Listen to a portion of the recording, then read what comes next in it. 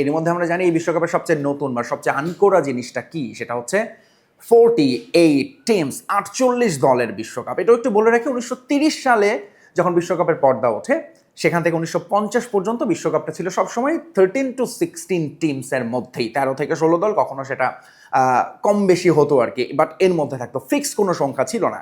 এটা ফিক্স করা হয় 1954 সালের বিশ্বকাপ থেকে, যেটা চলে একেবারে 1978 আর্জেন্টিনা যেবার বিশ্বকাপ জেতে সেই পর্যন্ত, আর্জেন্টিনায় ওই বিশ্বকাপ পর্যন্ত এটা 16 দলের এই বিশ্বকাপ ছিল। 1982 থেকে এবার সংখ্যাটা আরেকটু বাড়ানো হয়, অর্থাৎ বিশ্বকাপটা হয়ে যায় 24 দলের। সেটাও চলছিল বেশ 94 পর্যন্ত।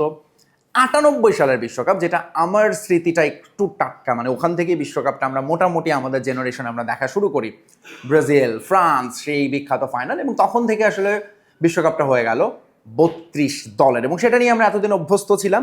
কিন্তু ঠিক 28 বছর পর এসে ফিফার আবারও মনে হলো আরেকটু এক্সপ্যান্ড করা দরকার, এবং আমরা যখন 2026 সালের বিশ্বকাপে ঢুকতে যাচ্ছি, বিশ্বকাপটা হয়ে উঠেছে 48 দলের। ফলে ম্যাচের সংখ্যা বেড়েছে, 64টা ম্যাচ ছিল লাস্ট ওয়ার্ল্ড কাপেও, সেখান থেকে 104টা ম্যাচ, 39 দিন, যেটা নর্মাল এতদিন ধরে দেখে আসা আমাদের বিশ্বকাপের চেয়ে অন্তত সপ্তাহখানেক বেশি সময় ধরে চলবে। অনেক অনেক খেলা।